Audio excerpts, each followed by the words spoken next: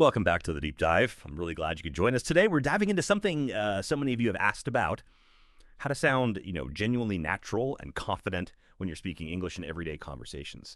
So our mission today, it isn't just handing you a list of phrases. Nope, we're going to unpack why certain ways of speaking resonate, how they shape interactions, and give you practical tools.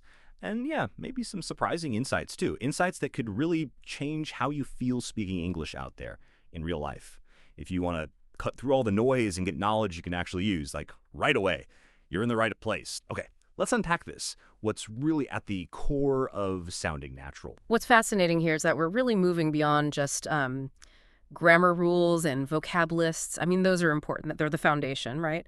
But this deep dive, it's really about the art of genuine communication, connection, understanding the, let's say, the subtle energy behind the words we pick and the sort of implied social agreements in our chats.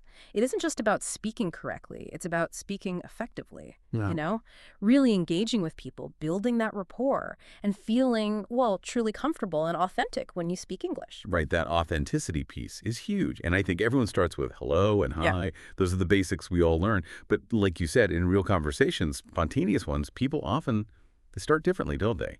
So when you really look at it, how do these more natural conversations actually kick off? It's true. Hello and hi, they're your sort of standard greetings. Think of them as the formal handshake. But everyday chats often start with something that has a bit more, well, conversational momentum, like, Yeah. hey, what's up? Super common, right? It's direct, casual, a quick check-in, or how's everything going? That's another good one. It's a bit broader, invites maybe a brief life update, and if you bump into someone you haven't seen for a bit or just unexpectedly, good to see you, it's just wonderfully warm. These aren't just polite noises, they're more like conversational invitations. They set a different tone, more personal than just hello. Conversational invitations. Yeah. I like that. That really captures it. I remember trying a really formal greeting once in a super casual coffee shop line, and the look I got, Oh, boy. it really drove home that it's not just the words, it's the whole vibe, the context, isn't it? But how does this play out, like in a quick back and forth? Do we have a short example showing that invitation in action? Absolutely. Yeah, let's make it concrete. Here's a really common, short exchange, the kind you hear all the time. Person A might say, hey, how's everything going? And person B replies, not bad, thanks, how about you? Then A, I'm doing great, good to see you. And B finishes, yeah, good to see you too. Okay, simple enough.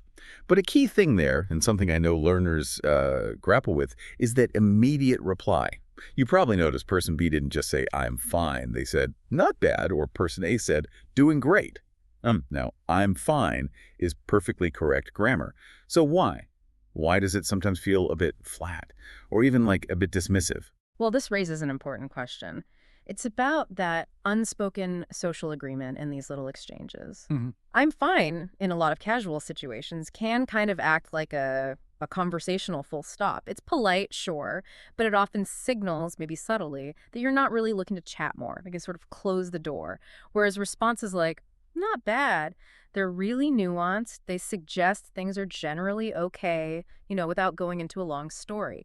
It strikes that balance, polite but accessible. You're not complaining, but you're not pretending life's perfect either, which often feels more real, more relatable. Right. And then doing great, that suggests real positivity. It might even invite a follow-up, like, oh yeah, what's going great? It shows you're engaged, willing to connect. Linguists sometimes call these phatic expressions. Their main job isn't swapping information, it's building and keeping social ties.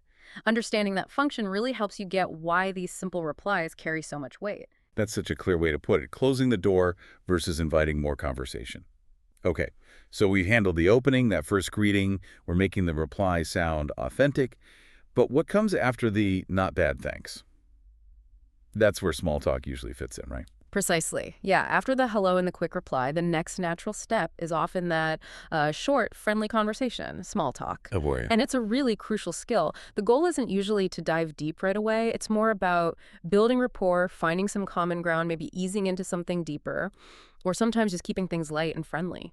And the great thing is the material we looked at gives us some really practical, really versatile questions for this. Things you could start using, like today. Ready for these? Okay, first up, how was your weekend? Pretty universal, right? Most people have a weekend.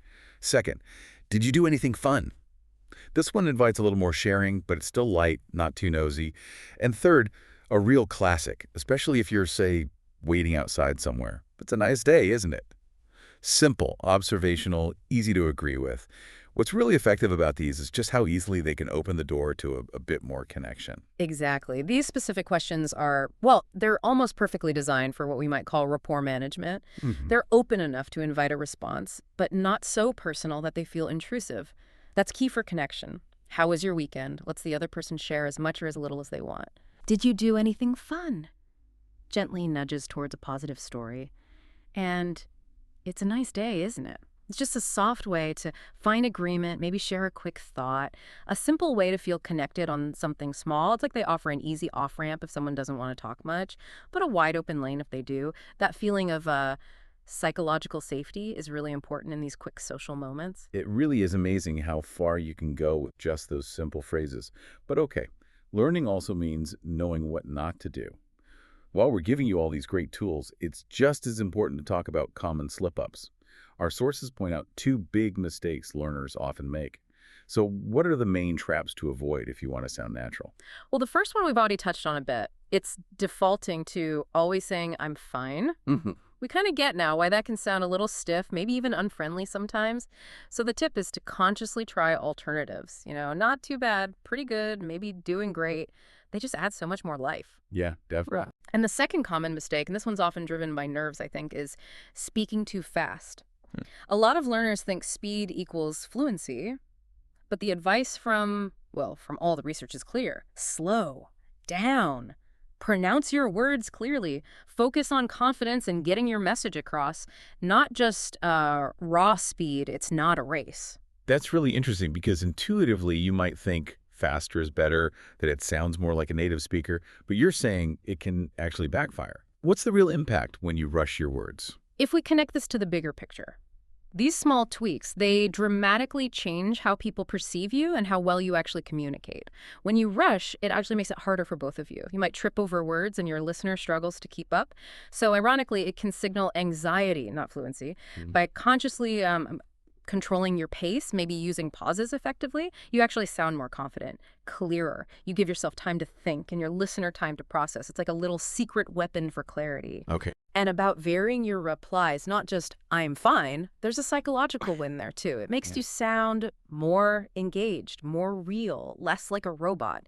And that invites a more genuine response back. Such valuable points. Understanding the why behind avoiding those mistakes really helps. But okay, knowing what not to do is one thing. We need active strategies too. What are the top, say, 3 actionable pro tips from our material for really boosting your daily practice and nailing this natural conversational style? Okay, pro tips. First one, simple but really powerful. Practice short dialogues every day, even by yourself. You don't always need someone else there. Just practicing the flow, the rhythm, it builds that muscle memory. Right. Second, record your voice and listen. This can be tough, I know, but we often just don't hear ourselves accurately. Listening back gives you that objective view. You can catch pronunciation things, maybe odd intonation, awkward phrasing. And the third tip, and this might be the most critical for sounding natural, learn phrases, not just words. Ah, phrases, not just words. That sounds fundamental, but why is that such a shortcut to sounding more natural? Its power seems underestimated sometimes. Oh, it's a total game changer because real language isn't just single words strung together, right? It's patterns, chunks, how words hang together in context. When you learn, hey, what's up, as one complete unit, you get its meaning and how to use it instantly. You're not trying to build it word by word, which is slow and, frankly, often leads to sentences that just sound off, unnatural. Yeah, I can see that. Learning in these chunks, these lexical bundles, as linguists call them, it dramatically boosts your fluency, your naturalness. It gives you these ready-made bits of conversation. And going back to recording yourself, don't just listen for single sounds. Listen for the music of it. Does your voice go up for a question? Are the right syllables stressed? How's the overall rhythm? That's the stuff that really makes your English sound natural. That's brilliant. The music of the language, I love that. Wow, what a fantastic deep dive this has been. We've gone from those first hellos through small talk, dodging common mistakes, and now these pro tips for practice. And the core message that really shines through from all the sources is, it's that learning English isn't about chasing perfection. It can't be. It's about communication. It's about connection and building that confidence. It's about getting out there and actually using it. So here it is. Your challenge of the day is for you, listening right now. Today, just try it. Try to start one short conversation with someone in English. Anyone, anywhere. Use one of the phrases we talked about. Hey, what's up? Or maybe, how was your weekend?